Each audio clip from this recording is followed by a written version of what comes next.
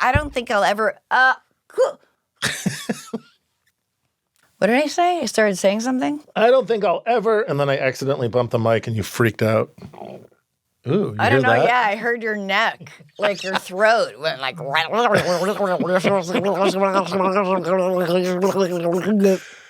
Oh, we have fun.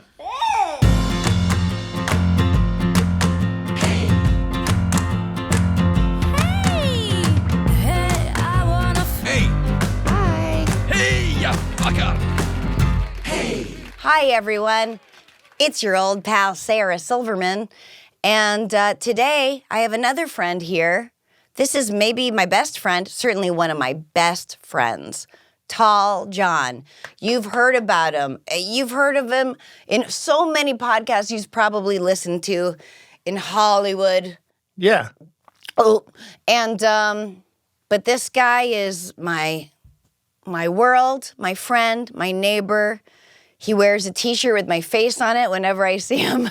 You told me to. No, I didn't. Every time. Let me tell you a little bit about my friend Tall Jon. His name isn't Tall Jon. It's not like an Israeli like T-A-L. It's a nickname because he's 6'10". It turns out I give it to him. Remember I go, how did that start when everyone calls you Tall Jon? You go, you said I started it. No, you started tall. I've just by itself. Yeah, because there's tons of Johns in the world. So like when I was working at the Warehouse Records with John Fiddler, they needed some, definition. So it was like Tall Jon, TJ. Right. But you were the first one to just say, hey, Tall. Yeah. Okay. So you get that. All right. Is that something? Yeah, I've been telling people that I started Tall Jon, and I guess I didn't. But Tall as a shortened name came from this mind. Mm-hmm. And his name is Jon Schroeder. Looks like Schroeder. Pronounced with a, like that, German. Umlaut. Umlaut. And he won't say this anymore, but I will say that can I say that your grandfather died in Auschwitz? You can say whatever you want. His grandfather died in Auschwitz. He fell off a guard tower. That used to be funny back in the old days. Doesn't play as much anymore, but I still laugh because I love him so much. What else can I say about him? He's a big, dumb lump. Mm-hmm. He worked in marketing at the WB. That's when I met him, when he worked with our mutual friend, Doug Benson. That's right. And then he became a writer at the Sarah Silverman program at its inception. And boy, is he the funniest. And now he is a writer-producer at Bob's Burgers, a little show you may have heard of. Met his love of his life, fire of his loins, Nora Smith there. And Correct. now they're married and have 2 spawn. That's correct.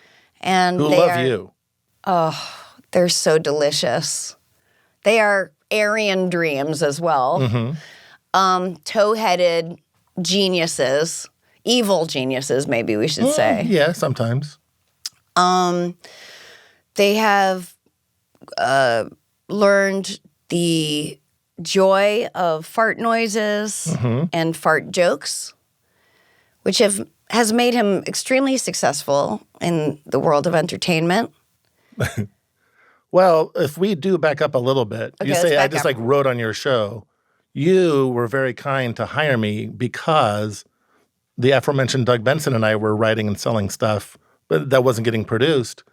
And you wanted to hire us on your show when you got your show because we had written stuff together. And Doug politely declined because he wanted to be on the road. He didn't want to be staffed. Yes, he became Doug Benson. Yes, his dreams lied elsewhere. So you were nice enough just to hire me, even though I was part of a team. Oh, yeah. Well, And made my career. Oh. Well, I like to let him believe that is true. it is true. I got hired on Bob's Burgers because of the Joan of Arc episode. Aww. They read that and liked it. Yeah. Zvi, were you interrupting? It's funny. I was waiting for you guys to finish before I asked this question, and then Jon sort of naturally asked it. But I do think it's a really cool thing for fans out there, aspiring writers, to see that like Jon was in marketing at Warner Brothers and was not on the trajectory to be writing. And my question was going to be, did you send it a packet? How did you get that job? Because that is a very hard thing to transition into. And I didn't realize you were writing partners with Doug Benson, who Sarah knew. And it was his ideas. He came up to me one day at the office and said, hey, we should write something together. Yeah. And I never would have had the courage to do it on my own. So I owe Doug and you. And now after this, we're even. Right, exactly. We bond over the love of fart noises. And, I mean, really, nobody can bend down to pick anything up without a fart noise coming out of Tall Jon's mouth. And that's just the beginning of his writing. It's also the end. It is the summation of my ability. Do you and Nora fart in front of each other? Nora, not so much. On an occasion as like a special treat, or like if it accidentally comes out? Yeah, or just like in retaliation, maybe. Oh, okay. I like that. Yeah. And you fart just the second you feel it. You're like, push. Oh, yeah. Well, in the beginning of our relationship, I was trying to hide it from her, and I lived in that other house that you went to on Canyon. Yeah. And I would go into the bathroom and just spread my cheeks and try to do it quietly. And she was just like, laugh at me. I'm like, if you're comfortable with it, careful what you wish for. Yeah, and seriously. Now, 13 years later.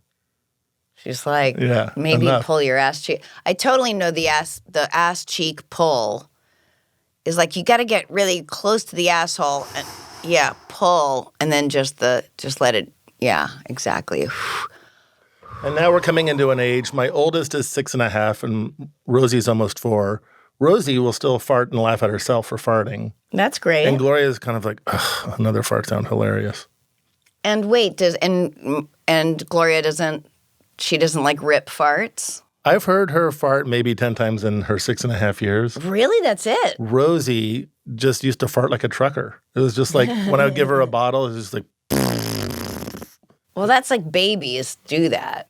Gloria didn't. It was impressive. Like, I'm sure they had like a little gasp, but you didn't hear it like that or feel it on your leg. Yeah. Oh. Yeah. You feel it on your leg? Oh, yeah. You've never been farted on? You've had good partners, I guess. No, I haven't. No, Rory did fart on me once. I got really mad. Like on you, I mean. Yeah. Yeah. Yeah. And you felt it. Yes, I felt it. Feel the vibrations. That's what that song is. Well, it's funny because Rory used to beg me to fart in front of him. I never fart in front of boyfriends. I've never done it before.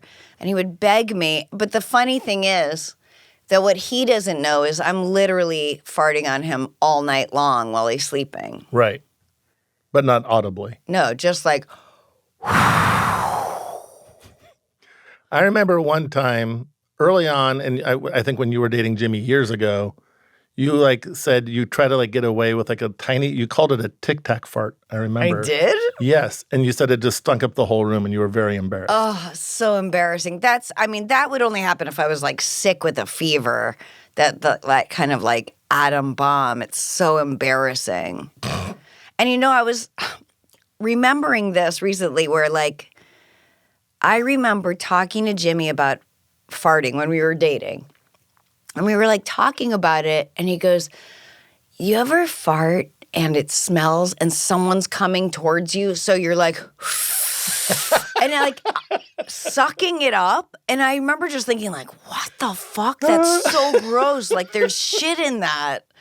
And it was only maybe, 20 years later, or a couple months ago, that I realized he was blowing. Oh. Okay. But the same motion, I thought he was sucking, and I was disgusted. I'm glad you cleared that up. Now, all these years later, I realize he's not as disgusting as I thought. Right. He was blowing. Sure. Trying to blow it away. Blow it away. Yeah. I got to a point where, we've been working at Bob's Burgers now for 15 years. And I think, season 3, Holly Schlesinger. Yeah. Came into my office. And I was like, get out. I just farted, go. I didn't want her.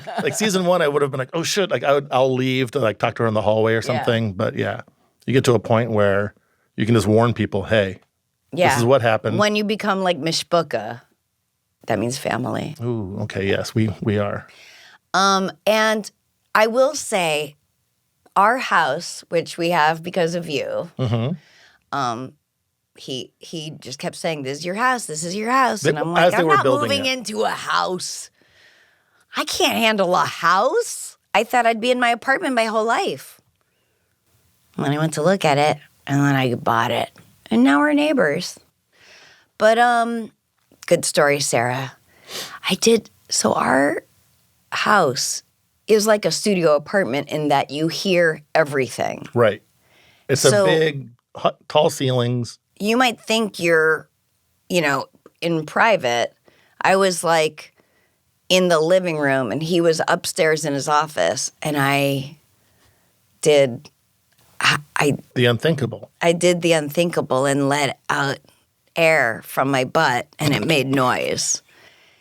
And he went, I thought I was alone. Then from upstairs, he goes, "What was that?" Tall Jon, I'm so proud of myself. I snapped to so fast. I go, "I heard it too. Hello? Hello?" And I just acted really scared, like it was a noise. Someone snuck in here and took a shit. Oh my God, there's a murderer here who's farting. How early was this in your relationship? Pretty early. It was like 2 weeks ago. Oh, wow. Yeah. Wow. So even now you can't just say, "Yeah, I farted." No, I downstairs can, from you. but this is just a choice I made, and I was proud of myself. Yeah, I'm proud of you too. It's a really quick thinking improv. Yeah. Yes, I heard that. And where are I they? heard it too. Hello? Hello? Does Rory know this, or is this how he finds out? I don't know. He didn't say like, "I know what really happened." He just kind of laughed it off.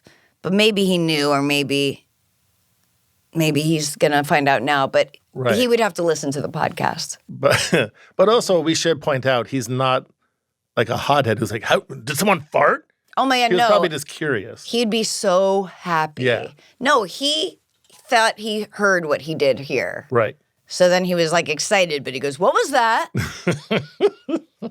To get me. But nope. I responded with earnest lying, if there's such a thing. There is.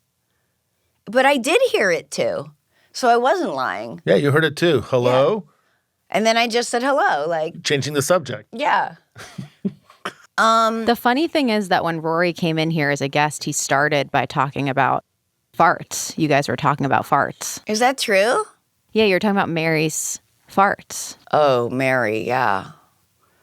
Her farts, this is our dog, Mary. They smell like, I don't know if this makes sense, but like aspirin. They smell like aspirin? I don't doesn't know. make sense. It doesn't, but it does somehow. I Do you don't give know her what medicine? No. It's like very dog fartish, but it has like I can't explain it because if I were to smell aspirin, it doesn't have a smell, but I don't know what I mean. Curious. It smells like it smells like a stomach ache. Should we ask Jeeves? Ask Jeeves. He still searches on Ask Jeeves. Don't tell him. Having a dog, we're going to be dog owners in the next half year or so. Oh my God. Can't you blame all your farts on a dog? Isn't that like a cliche? Well, that's that classic joke about the guy who's at dinner with his girlfriend and he farts, he can't help it, and they go, "Spot!" They yell at the dog. And he goes, "Oh, thank God they're blaming the dog." So then he really lets it rip and they're like, "Spot!" And then do you know this? No. This is such an old joke. And then he farts again and finally the father goes, "Spot, move before he shits on you." That's a good one, Sarah. Hey, should we take a call? Why not? I'll take one. You left me a message. Now I'm playing it for the world. Let's hear some voicemails. Hi, Sarah. This is Nathan Wallace from Louisville, Kentucky. I just caught your stand-up special and the stories of your dad and your family. I connected with that, and I've just felt like I wanted to share a story with you. So on my dad's 75th birthday, I gave him a card that had a picture of a squirrel on the front. It said, "Happy birthday from Randy the squirrel." And then when you open the card, on the inside, it said, "According to Randy, you're not old unless you can still find your nuts." And then it had a picture of the squirrel holding a nut. So when my dad read it out loud, we all giggled. And then it got quiet. And then my 9-year-old daughter looks at my mom my 7-year-old mom and says, "Do you get it?" And that caught her off guard. And so my mom looked at her funny, and then my daughter doubled down and she said, "Nana, do you get it?" And so my dad fell out laughing. And then my 7-year-old son, who wanted to ensure that my mother understood it, he says, "Nana, like these nuts." And then he points down to his own nuts, his own balls. And then he says, "Nana, like these nuts." And then points to his balls again. And then my dad just lost it after that, and thought that was so much better than the gift, the card, that exchange, and my son pointing at his own nuts. So have a good day. Family is wonderful. Yeah, and that was a great call. But I don't understand that card. You're not old unless you can still find your nuts? Or is it you're not old if you can still find your nuts? That's probably what it is. Yeah. You're not old if you can still find your nuts. And that has an even more literal meaning, right?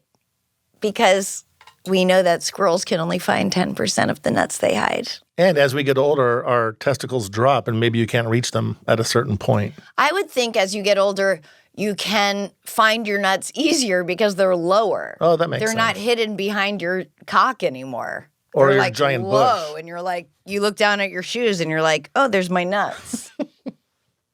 Yeah, it could be. You know, there's a thing that's like your balls drop, Yes. but that's when you're young. That's like puberty, I think, yes. So they're like tight up. I don't want to talk about a young child's balls, but I think when your testicles descend, that means you are starting to produce Sper-Mah-Tuh-Zo-Ah. I don't know. isn't it Sper-Mah-Tuh-Zo-Ah? Maybe. I don't know. Sper-Mah-Tuh-Zo-Ah. Let's ask Jeeves. Ask Jeeves.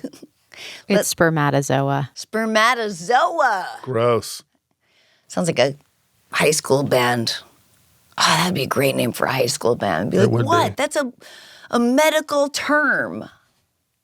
What kind of music would they play? Ska.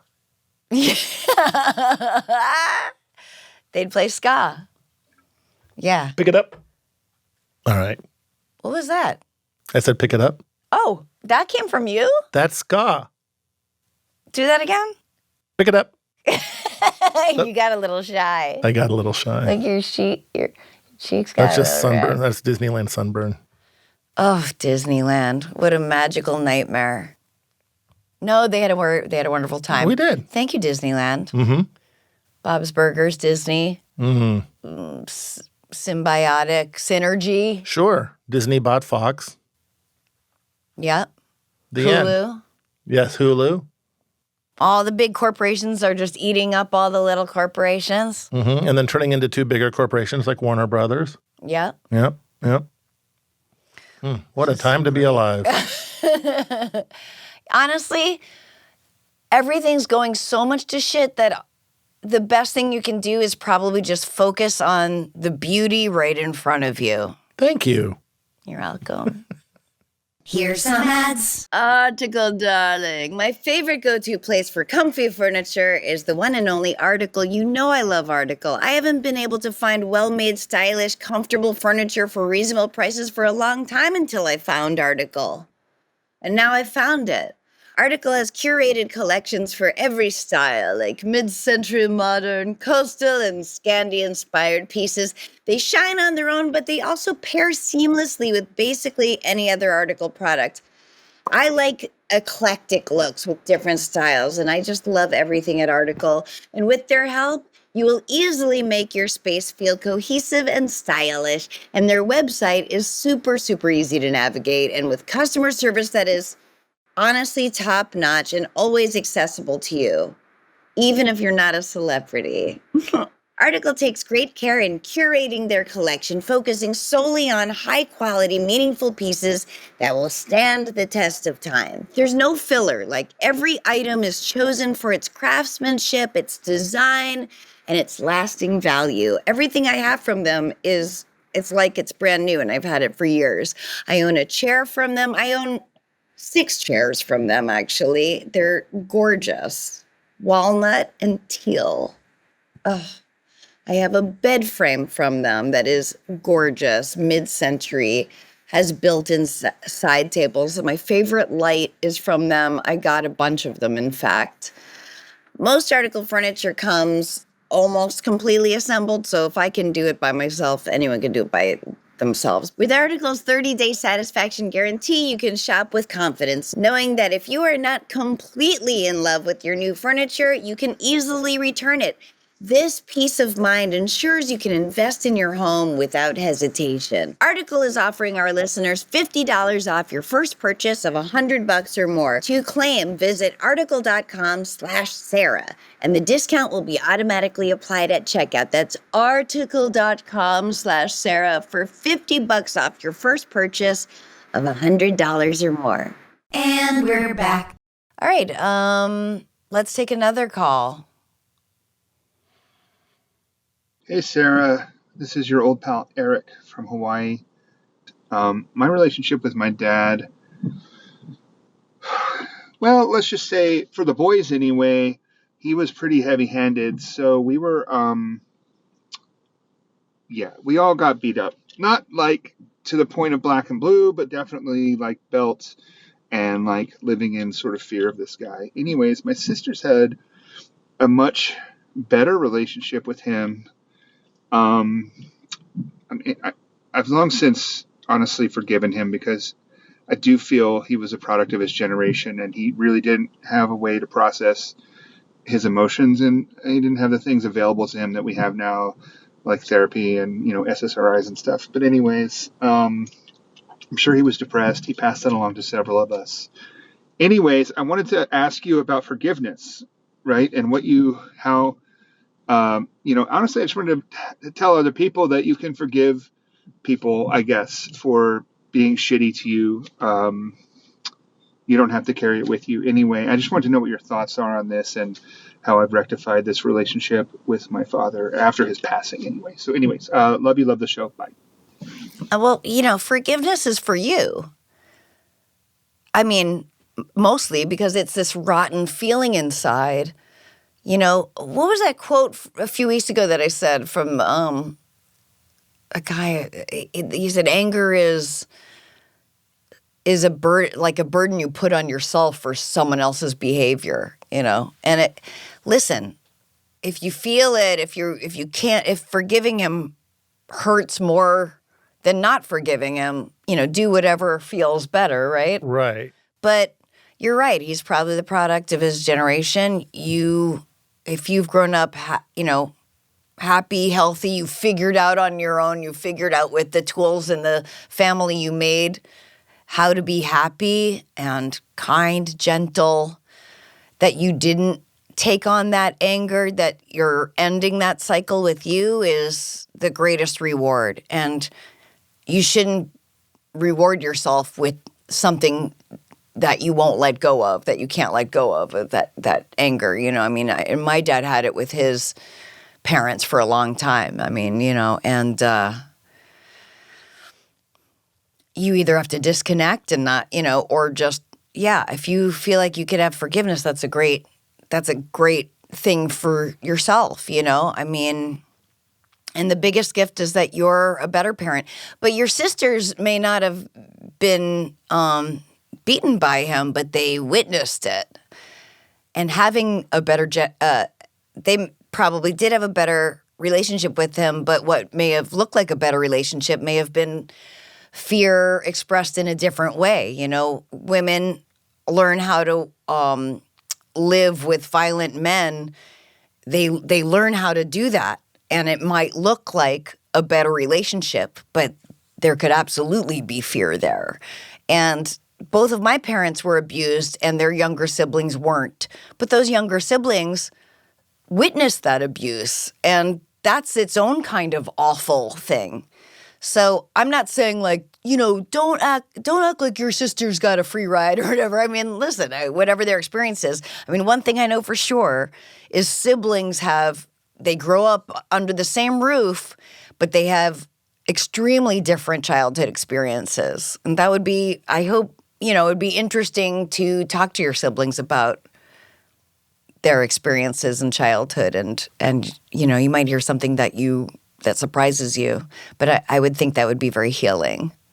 You have anything to add, Dum Dum? Yeah, I do. As a guy who can hold a grudge, it really is a gift if you can figure out how to forgive someone who hasn't asked for forgiveness.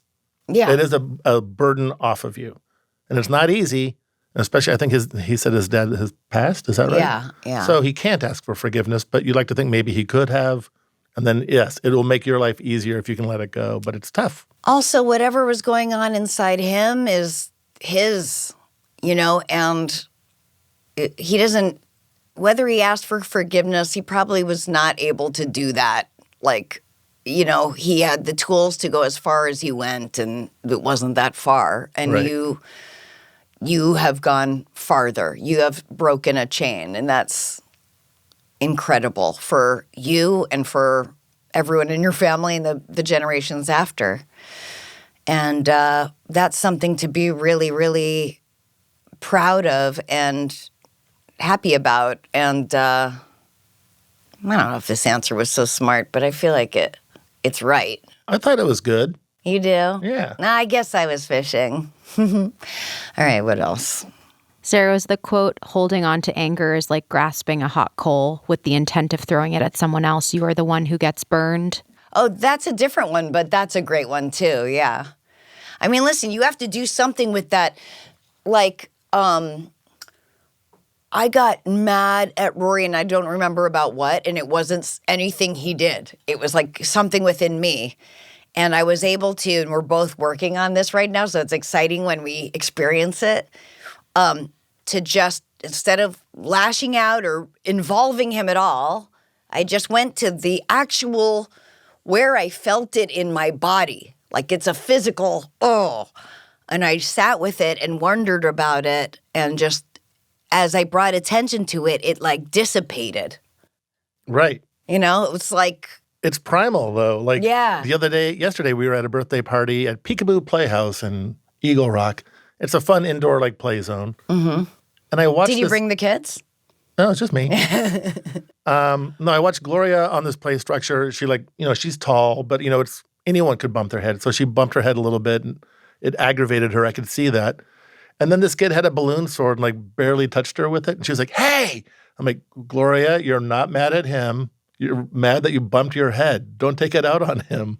Wow. But it's in all of us. It's That's just so interesting that you watch that play out. I watch, because we all get mad. We all bump our head or stub our toe, and we're mad at the bed we stubbed our toe on or whatever. Right. Like she bumped her head, so there was no one to blame. Yes. She couldn't yell at the bar or whatever. Right. And then so the second there was someone to project that onto. Yes. And that's so human. And to have a dad to guide you into being aware of that was the anger from that I found a place for. Yeah. But it's not the right place for. And internally isn't the right place. So what do you do with the mad that you feel when you bump your head? That's a good question. Jeeves? Third time. It's fun because, let me tell you why this is fun. I, on my podcast, am like a nice person. And Tall Jon knows me as the world's biggest bully. Pretty big. Not that big. But it's always in jest. I guess. I mean, he's witnessed a lot of things. I had, many years ago, I had a brutal breakup, and I had to go home to New Hampshire, and I was so devastated. And I go home to New Hampshire. This guy's from Palm Springs, California. And who is there? Tall Jon. Fucking just flew to my hometown to hang out because he knew I was in such a bad way. And the thought of going home, feeling this kind of failure of this relationship. And it was one of the greatest weeks ever. I had that was fantastic. It was so fun. Yes, Donald and everyone was still with us. And I got to see where you grew up. Yeah. I love that part of the country. It's beautiful. We stayed at there's this old country hotel called the Bedford Village Inn. And we stayed in this farmhouse there. Yeah.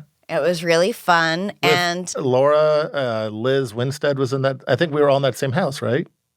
yeah. And one of your nieces, I think, or two of them. When they were little, they slept in that little like dead child's bed. Yeah, there was like it was this. haunted. It's this old house. That doesn't sound like a very good explanation of it, but it's like it feels like very old and haunted and scary. And there's all these little rooms, and one is like a tiny room with like a bench for a bed for like a tiny child. And they were it saying just it's haunted, it's haunted. I'm like, oh, okay. And then like at night, I would like run by it to my room. I know there's That was something really terrible. scary about that room, but of course we put the child in it. Let me ask you, in your memory, I was just there in New What Hampshire. really happened? No, I'm just curious.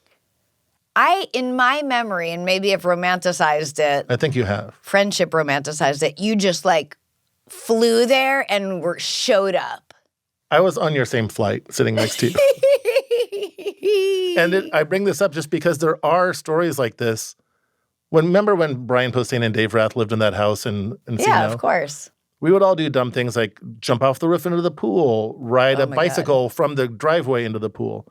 John Ennis, all these years later, insists I rode a bike off the roof into the pool, which I don't think a professional stuntman could do without hurting himself. Right. And I corrected him for years. And every time he just had this ashen look on his face, like I just told him his puppy died. Yeah, because he wants that story to be So true. I finally stopped correcting him. But then it's like, am I lying? Is it a lie of omission to make myself look cool? I never did it, by the way. I never rode a bike off a roof into a pool. Okay, so we flew together, but you said, I'm going to come to New Hampshire with you. I offered. Really? Yes, you were a puddle of goo, and I offered to go with you because I had no reason not to. You're a good friend, and I had nothing else to do. So then is that the flight where you took a picture of me sleeping and you made a sticker of it all these years later? And Yes. it's so ugly. And so whenever we're texting and he's mad at me, he uses the sticker and it's me sleeping. I look like a corpse. Yes. And my mouth is agape. It is unsettling. It is unsettling. Well, I've been told that I sleep like it looks like I'm dead. And my mother slept like that too. John, I mean, what would cause you to be mad at Sarah? Not really mad. I don't think I've ever been really mad at you. I guess that makes one of us. Oh my God, Zvi. Well, I only traveled with her a couple of times, V. You do it all the time. Yeah, that's true. I'm a No, I was just delight. curious because she's like, when he's mad at me, he does this, and I was like, oh, I wonder what. Oh, it's probably I just wonder little what prompts things. that. Yeah. No, just little like joking. I'm mean to him. like to be famous. No, I don't want to think that. One time we were the last time we were playing poker, maybe the time before that, he was telling a story. And I interrupted him by just going, duh, duh, duh, duh, duh. And Yeah. everyone knew that I was doing an impression of you. So what does that say? That I'd sound like duh, duh, duh, duh. Got a big laugh. Big laugh. Mm-hmm. Ooh, I felt so good. Oh. But it is just funny because on this show I'm nice. And then in our life, I'm mean. But it's a joke. If you were a mean person, I wouldn't be ruining this podcast with you. What other funny stories do we have? Well, I'll tell one about me. I says. Okay. One time, I forget what you were doing, but you were very entranced in whatever you were working on your computer. Oh my God. And I take my phone and I just started giggling. You're like, what are you giggling about? And I showed you a picture of a very ugly foot. Yeah, like a sprawled toed, disgusting foot. And I go, ugh, what is that? And he's laughing so hard and he just points to my feet. He had just taken a picture of my foot. I'm proud I of that didn't even one. recognize it. It was so heinous. Yes. It was a perfect picture, too, because it was a little washed out. It looked like a corpse foot. Wait, there was something else that you were laughing so hard you could barely talk, and I can't remember. We were just talking about it, I feel like, in the car. Well, Oh, no, I know what it is. I've been called a horse face. As a matter of fact, when I feel pretty. I don't feel bad about the way I look, but I do have horse-like features. I mean, my sister Laura says everybody falls into the category of horse, bird, or muffin. I'd say you're a bird. Mm-hmm. With muffin highlights, maybe. But I mean, like, even good-looking people are a muffin. I remember when I told Michael Sheen he was a muffin, he was really upset. But I was like, no, like, Jude Law is a muffin. And he's gorgeous. Anyway, I'm a horse, classic horse. But one day out of absolutely nowhere, I think we were at a party or somewhere. I thought we were at work, and I thought you were getting a lot of negative comments online about it. And instead of reassuring I had you, Googled myself. This is maybe before Google. I like searched myself, and something came up, and it just said that I was like number 6 in a celebrity list, and I was like, oh my God! And I clicked on it, and it was a list of horse-faced celebrities. Yeah, and I was somewhere between Sarah Jessica Parker and Abraham Lincoln. and instead of consoling you or reassuring you, Great company, by the way. sure, I just did this. He just put his hand out really, really flat in front of me, and I couldn't figure out why. And he couldn't talk because he was laughing so hard. And then he just said, I'm feeding you a sugar cube. That's how you feed a horse. I've always maintained you look more like a chimp, and I've said that ever since that day. Well, as I get older, I feel like I'm more monkey-faced. I mean, we're all monkeys. That is true. I mean, well, I did a movie once with a child who is a brilliant young actor. And he was so special, and I loved him, and his family was so sweet. And we were in between scenes, and he loved science. And I said, are you going to watch Cosmos? You know, because I knew he loved science. And he looked at his dad like uncomfortably, and he goes, we can't because they teach evolution. Oh, my God. And it was like, how do I handle this? Because his dad is right there, and he's like looking to his dad, and I go, oh, okay. Well, I believe in evolution, but yeah. You know, I just kind of like. So they think it was just 6,000 years that the Earth has been around? I guess. It's rough. I mean, I wouldn't know any better if I didn't know any better. One of my very trusted doctors, that I won't name here, believes in Adam and Eve, that we all came from two humans. I mean, that explains half the country. And inbred. What'd you say? Inbred. Did you, and you go to this person for medical advice? I will say that I haven't seen them now in a few years after that conversation, but I really do love them. And I was desperately trying not to react because they were serious. And then told me, like, no, there's a lot of evidence that you can, if you do DNA testing, we all came from the same thing. And I'm like, well, you could make that same argument for Genghis Khan. Neanderthals. Well, I know, but he's saying, no, we all came from two people, and therefore the Bible is canon, and there's no evolution of us from apes. Yeah. Tell that to 23andMe. This will delight you. I have a lot of Neanderthal in me. What percentage? Like 40? No, it's not. It's just like some. Like some people have some people don't. Well, I'm looking at your forehead, and I don't necessarily see it. Well, I feel like it would come out a little bit. We'll see. That's probably my ignorance. Yes. Do better. I'm an 134% Ashkenazi Jew. Mm-hmm. But I am like 1% Siberian, which I don't even know if that's. I feel like that's just like someone was in a Siberian prison for. That's just Russian. Yeah, this is more Russian. Belarus, Siberia. It's important to know where we came from. It's crazy because I don't like the cold. Oh, I'm from New Hampshire and I don't like the cold. That's why you moved here. Well, not really, but. The biz. The business. You know, the biz. Show business. Let's take a call. Let's not show friends. Here's some ads. You know, when it comes to makeup, I take the less is more approach, personally. I mean, I look crazy in too much makeup, and also I like to keep everybody's expectations very low of me. So, like, if I do wear makeup, they're like, ooh, look at you. Whereas if you wear makeup every day and then you don't wear makeup, people will be like, oh, are you okay? Anyway, I like a little blush. I like a little mascara. I like a little tint on my lips. You know, I just take a stick, go boop, boop, boop.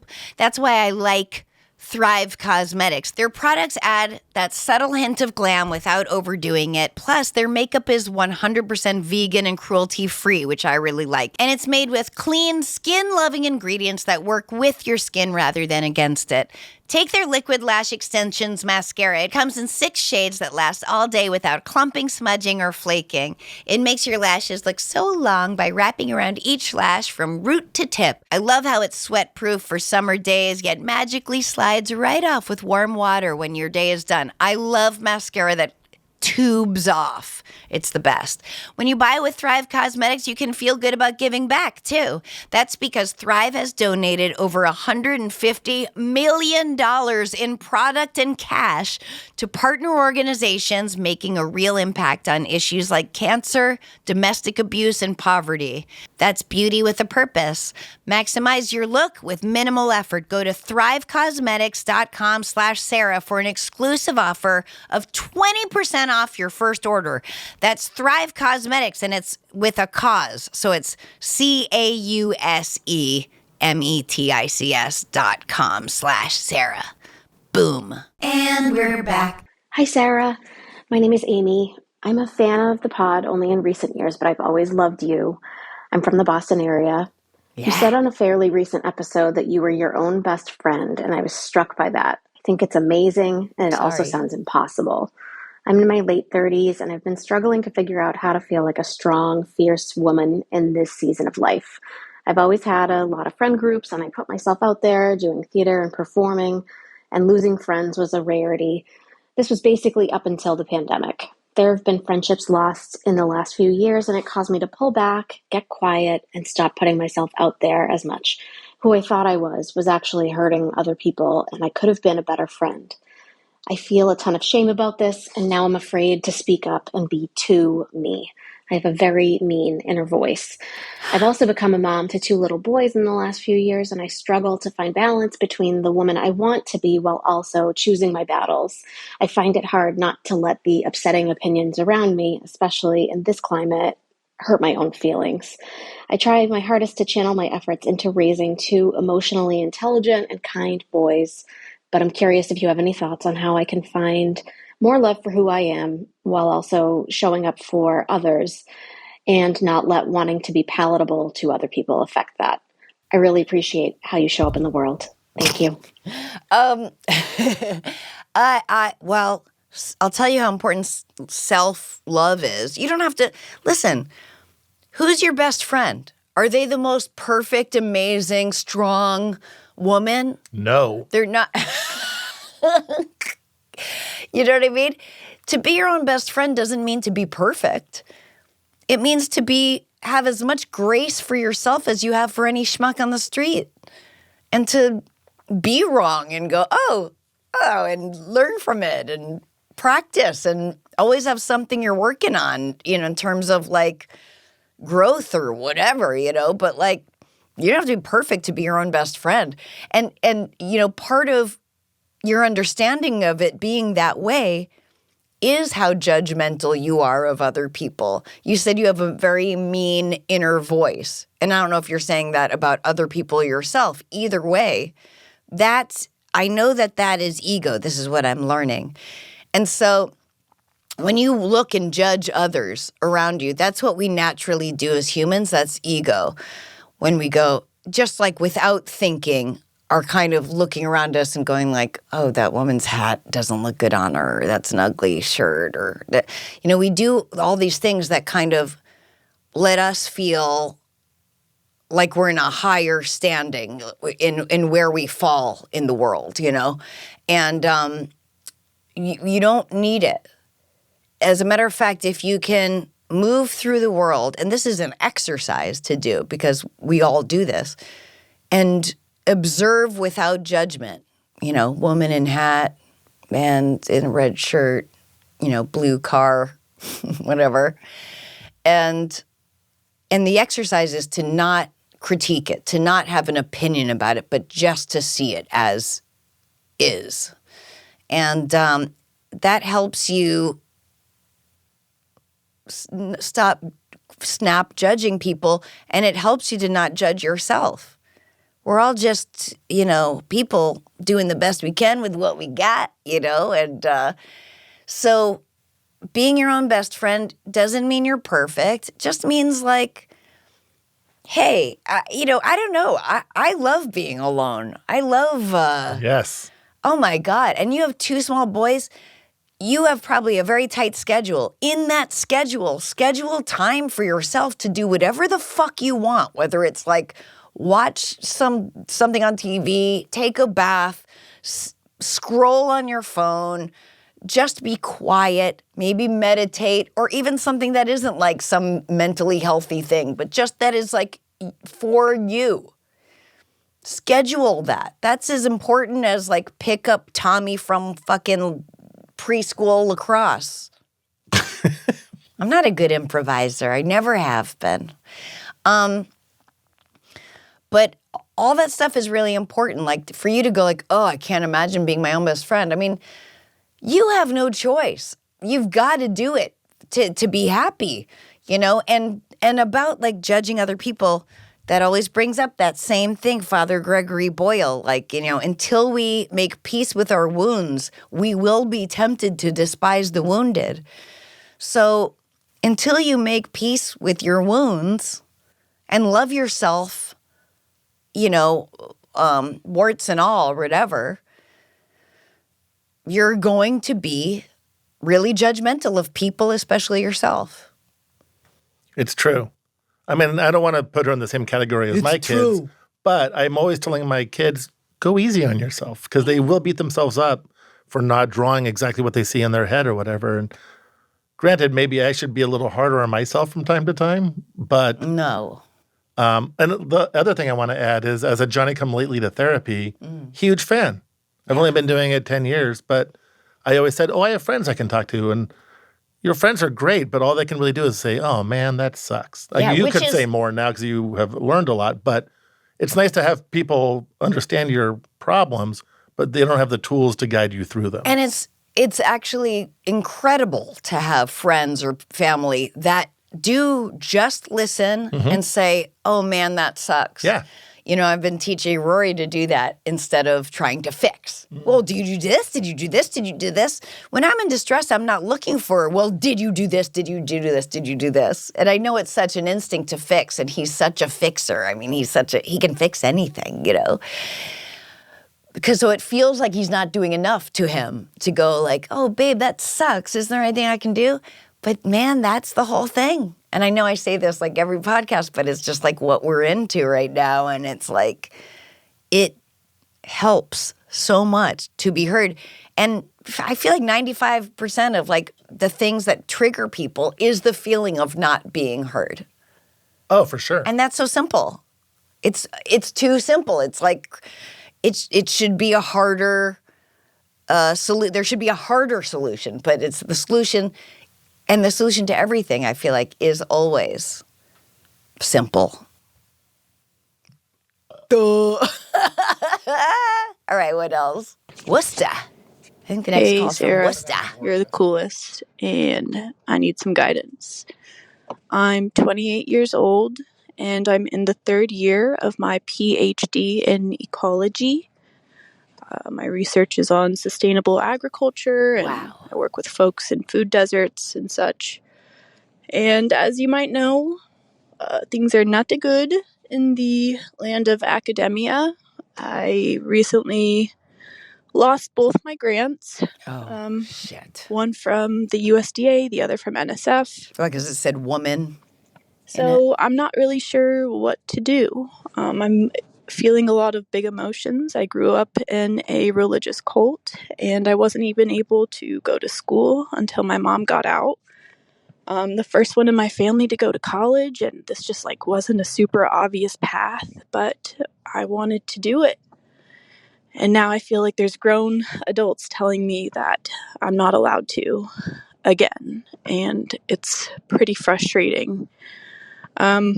So some days I want to pivot and maybe look for a job that's more financially secure, and other days I'm angry enough to where I'm extra motivated. But I could use some advice. I also respond to light bullying. If you're into that. Either way, I love you and thank you. I love that. I'm also for light bullying. Get your shit together. Nerd. Find a way. I can do that. I can do that for you. Listen, what a superstar. Look at what you've been through. Look at what you've come through. Look at what you've persevered past. Like, wow. Wow. And look at what you're doing. You're helping people. You give someone a fish and you teach them to fish. Yeah. I'm not a fan of fish, but that's the analogy. Yeah, anything that has anything. We know now that federal grants have been instructed to not even read applications that mention women, female, trans, DEI, inclusion, I think is a word, woman, anything, anything that isn't straight white male. I mean, I think people are literally having to reword just for the algorithm or for the first screening of it, their grant submissions to just be seen. It's so fucking petty and it's such a huge... Now, that said, there are people and communities and super rich people. Listen, this is where the 1% of the 1%, there are some of them that are saying, I'm going to fund this. Yes. I'm going to do this. I'm going to put money to help. And people are stepping up, whether it's communities, crowdsourcing, organizers, or fucking super duper rich people that care about the world and others. There are some. And they're putting money into this stuff. So there's always going to be a way. Just like comedy always finds a way, art always finds a way. Nature finds a way. Nature finds a way. They're going to get fucking rid of this cancer that is us. But anyway. Also, she sounds very passionate about what she is doing. So I understand the temptation to get a day job to be a little more financially secure. Yes, of course. But I don't think you'll be emotionally satisfied. Yeah, or maybe there is something. But in the meantime, find other routes. Just find other routes. There's always going to be something, somewhere, someone. What makes it so hard is that without the government paying for this vital stuff, it has to be private sector, which is what they're pushing to do. That's what they're pushing us to do that. But your work is so important. And there's got to be some money bags people that know that. We've got, what's her name? Jeff Bezos' ex-wife? Gates. Oh, Bezos' Melinda Gates. Melinda Gates? All the ex-wives of these people. Women. I mean, in Iceland, every government leader is a woman right now in Iceland. Really? Yeah. And boy, that seems to be the place to go. It's like everyone loves it there. They got their shit together. Just let women lead. Men, you've been running things for so long and we appreciate it so much. You deserve a break.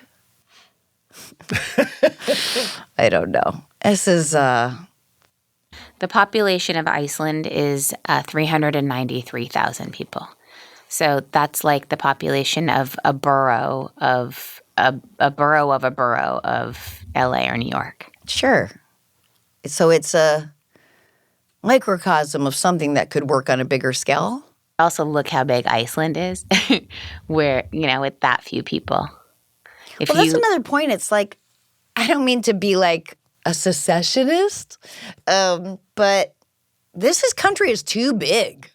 It is. Canada's fucking maybe even bigger. I mean, geographically, but yes, Texas has been threatening to secede since, the Obama administration. California could very easily be its own country. Yes, number 5 economically, if we were. In the world. Yeah. Yeah. I mean, that's why it's like Trump was like threatening to pull federal funding, and Newsom said, Newsom just like, right. we fund most of the country. Yeah. And Cuomo had to say the same thing in 2017 about New York because the same thing was happening there. Yeah. I mean, blue states tend to fund red states, but so it's very interesting. But could you imagine having to clear customs every time you flew back to California from anywhere? what you got there, like Snickers? A peppermint patty. It's a York peppermint patty. Was it too much mouth? Every time this happens, but I was thinking about with California because I'm always like, oh, just get out. But then it's like, you know how inconvenient it would be? Do you know how inconvenient it is to be a immigrant right now in America? And how great it would be if, like, these people keep our country going. 100% keep our country going. It's like it is like, I hate to say Hitler or whatever, but just like, it literally is the handbook of like, make an enemy, find a scapegoat. And he's found that in immigrants, in trans people, in LGBTQ community. It's wild. And fucking suckers buy it. It's insane. They're all biting their nose to spite their face. Yeah. And yes, and you won't change a mind. Like we were talking on the way here about how Elon said Trump's on the Epstein list. And then you correctly said won't change one vote. Yeah, no one cares. They all know. They have to know. Or is it so, are our algorithms so completely isolated from each other that Elon posting the video of Trump with Epstein and what he said about Epstein and how he loves young girls and, that he's flown with him millions, tons of times and everything. And he's convicted, adjudicated. Don't get sued. Yeah. But in a civil case, found guilty of rape. Yep. No one cares. His supporters don't care. Correct. I mean, that's assuming that Epstein set some kind of low bar. Epstein bar? I mean, that just isn't the case. Epstein bar, he says. But I'm saying, like, you're asking people who voted for him twice now with rape charges and grab him by the pussy, publicity, and they voted for him anyway. Like, boy, that grab him by the pussy thing. I remember exactly where I was when that came out, and I go, "Oh, it's over. Okay, great." No. The one true thing he said is he can shoot. Yep. He can shoot someone dead down Fifth Avenue, and he has no respect for his followers. None. As evidenced by St. Louis, that's a very red city. I have friends who live there who aren't. Missouri. Yeah. Yep. He hates them. He has no respect for you. He talks such shit about them. They don't care. They have found their Jesus. Sometimes Jesus is going to come in something that you wouldn't, in a package that is, unseemly. And that's, it's like, no, they don't see Jesus in the unhoused. They don't see Jesus in the stranger. They don't see Jesus in the immigrant. All the places where literally their Bible says, this is, I was hungry and you didn't feed me. I was, I was a stranger in a strange land and you took me in. Welcome the foreigner, help the sick, give to the poor. Nope. Yeah, no, but that's different. I think there's even a verse that says, like, if you want to go to heaven, you got to give away all your money. Yeah, yes. But nope. Like the one time Jesus lost his shit was when they were like selling their wares inside a house of worship or some shit, right? Yep. Flipped a table. Flipped a goddamn table, he did. Did he? And I don't know. Anger issues. That could be. They both have long hair.